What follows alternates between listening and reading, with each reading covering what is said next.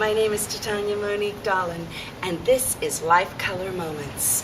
Today I am going to be speaking about the color of purple, but I am also going to tell you a little bit about how purple and violet are different. So purple, let me tell you about purple.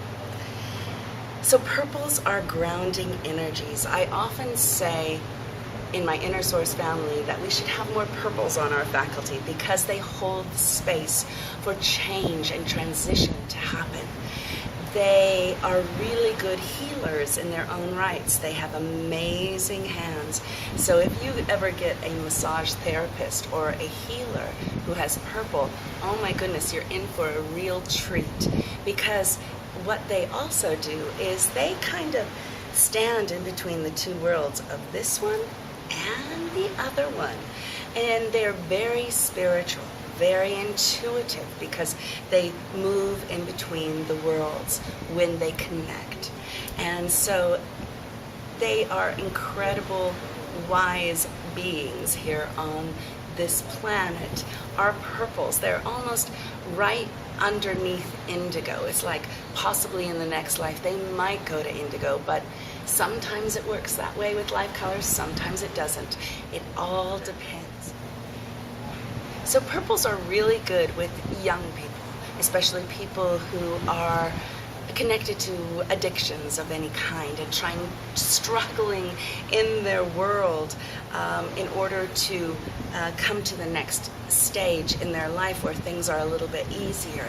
Transitions. Purples are really good with transitions, whether it's cycles in life and helping somebody really move. That's why they make really good counselors. And I've seen a lot of purples, even if they aren't in the healing community, because they are good healers and channelers and intuitives. They might be connected to maybe being a counselor for teenagers. That would be a really good job for a purple. But they're really good in helping people with transitions, even crossing over to death. So purples really are good with helping elderly, also being patient with them in order to help them cross over. Purples. I sometimes often say to people that if you are really wanting a mate in your life and you want to be taken care of, purples are the greatest people to take care of you, because they're going to give to you before you even ask. And that's a really nice thing in a relationship. They also make the best lovers. But you won't see it outside. You'll see it only behind closed doors.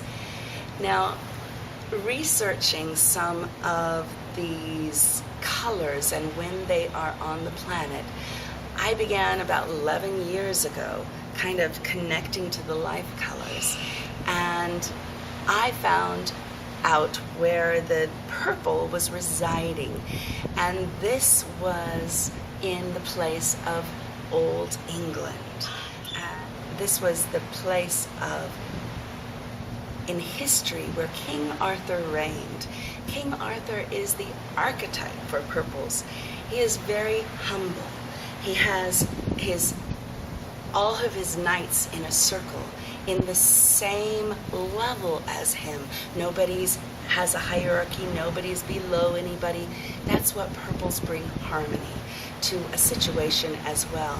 King Arthur is very, very humble, and that's a real good quality about purples. But when they learn a little bit more spirituality, and I can often see purples coming to spiritual workshops, and they really shouldn't, because they know it all. There's so much inside of them that when they come to a spiritual workshop and they get more and more information, they can be kind of big-headed and all of a sudden boast about what they know. That is their downfall. That is their lesson. Their lesson is to come back to the humbleness, not be a purple big-head. More about purples. Purples can be lazy. And if they aren't doing, sometimes they can be even lazy in their spirituality, and sometimes they can really go into their emotions. It's very often that I don't see a purple that is connected to their body and their emotions. Very kinesthetic purples are, because they are feeling what is happening all around them. But they can be lazy, and so they could sit around and watch TV or play video games for a long time without coming out of it and getting back into their spirituality. So they can hold weight on their bodies a little bit more than other life colors.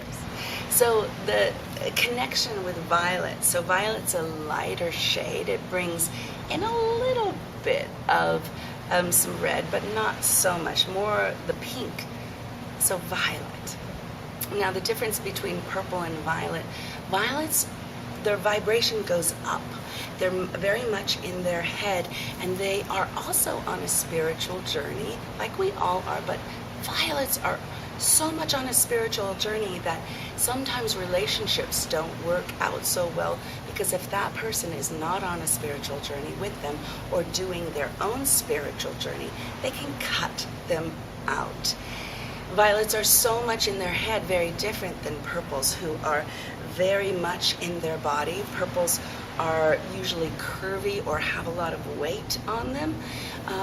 For the men, you know, they're big cuddly teddy bears. They give the greatest hugs. Violets are much more thin. They don't have a lot of weight on them. They're very much in their head and constantly seeking more and more answers for their path. Sometimes never staying in the here and now, always searching out there. Mostly, especially one of the things my mother says is that violets weren't born into joy. And so they're constantly seeking it. If I get this, then I will be happy.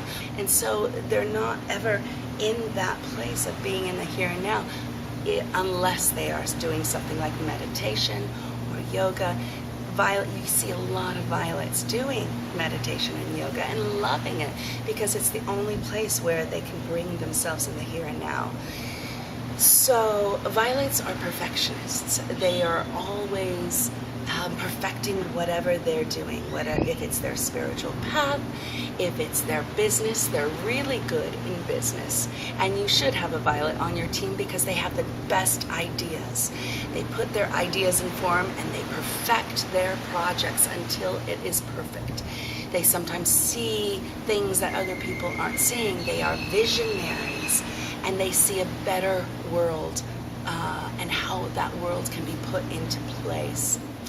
So because we have moved into indigo, there is still some violets still doing their lesson, because in the violet time, so violet, we've been on the planet for the last 30 years, and the whole planet has been going through their lessons connected to your own life color. But violets, still, some of them are holding on to the past, holding on to what worked, and not seeing that there is more possibilities before them. And so when they're holding on too tight, whether it is their job, and some of them have this big fear that is coming up of losing their job, or holding on to their relationship, their marriages, their family, having a fear that it might fall apart. Their lesson comes right in their face, and things begin to crumble around them, even the structure of their whole spine. A lot of violets get into backaches because they're holding it together so much. And so a lot of violets in the tail end, the transition was about 15 years to come into indigo, and indigo kept coming in more and more and more.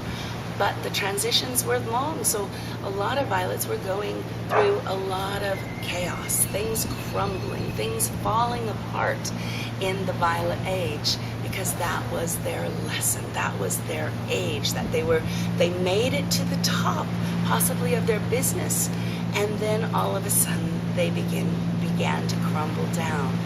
When you are in a life color on the planet, many times that life color will rise, and then they will get their lesson. So I believe that indigo and all those indigos that were being misunderstood are going to rise, and hopefully we all listen to what they have to say. So, yeah, so violets, let go a little bit. Remember that motto, that theme song, let it go, and just keep singing that, because your life will get a little bit better if you step into the place of just surrender to the universe and what the universe has to tell you. So there you go for now, and a little bit of the differences between purple and violet. And so until next time, this was Life Color Moments by Titania Monique Dahlin. If you want to find any information about more of my work and life colors, go to my website, energymedicinewoman.com.